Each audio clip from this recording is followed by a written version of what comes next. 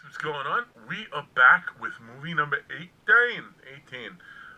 for the haunted month of horror reviews. And as I referenced yesterday, today's video is going to be one about a movie that is on Netflix. And I'm sure if you heard me mention a movie that is on Netflix, or recently on Netflix, maybe a lot of you know what we're about to talk about.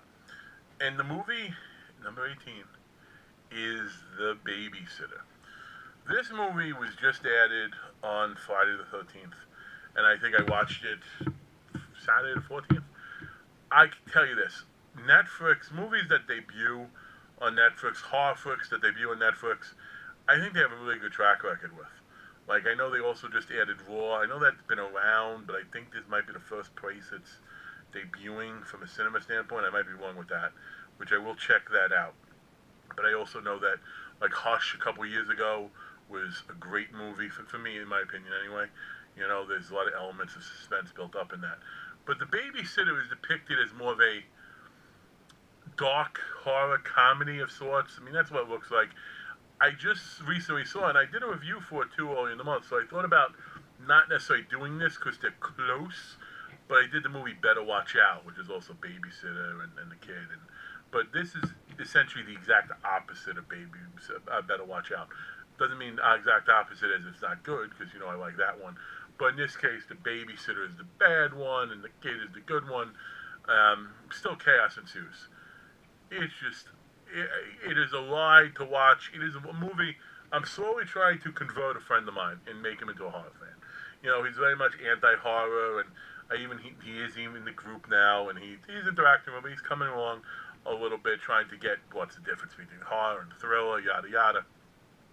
So a couple of movies I'm showing him have been on this list. The only movie I showed him that I didn't put on one of these lists is Cult of Chucky, which I'm not doing a review for. I didn't like it. I didn't think it was good.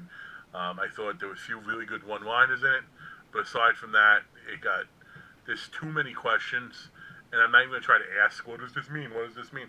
Because there's no real answer they can give me. They can just say, oh, we decided to do it. And then that's not the same thing as actually a planned-out concept.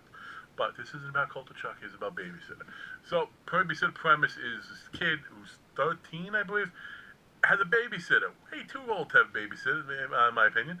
But his babysitter is phenomenally hot, and she seems like the coolest person on the planet. And so they have fun and play games and dance, and she's nerdy and geeky and very non-existent, like not a real person, in that regard. But she tries to drug him, so when he goes to sleep, he won't wake up during the night and see what goes on in the house. He didn't know she was trying to drug him, but she offered him a shot, and he didn't do it because he punked out on it. But that's good. Kids 13 under shouldn't do shots. Wait till at least, you know, I won't make a joke there. But so he was staying up because his friend said, oh, they probably have a lot of crazy sex stuff you should see.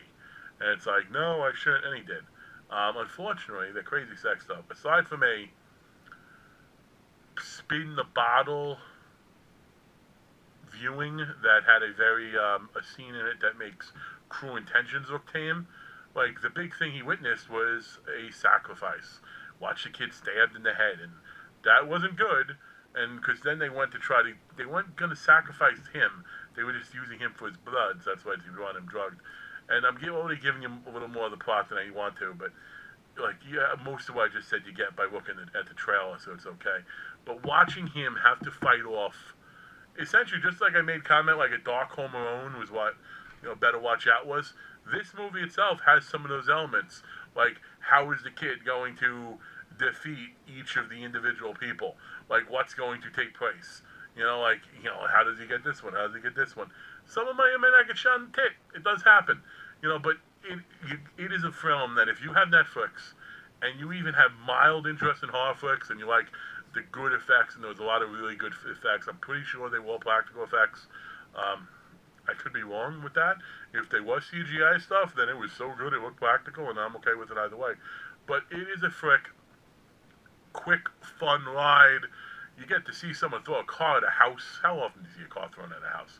The one thing I'll throw there for you watching it is underneath their house, there is spiders. Like, no, yeah, it's a spider problem.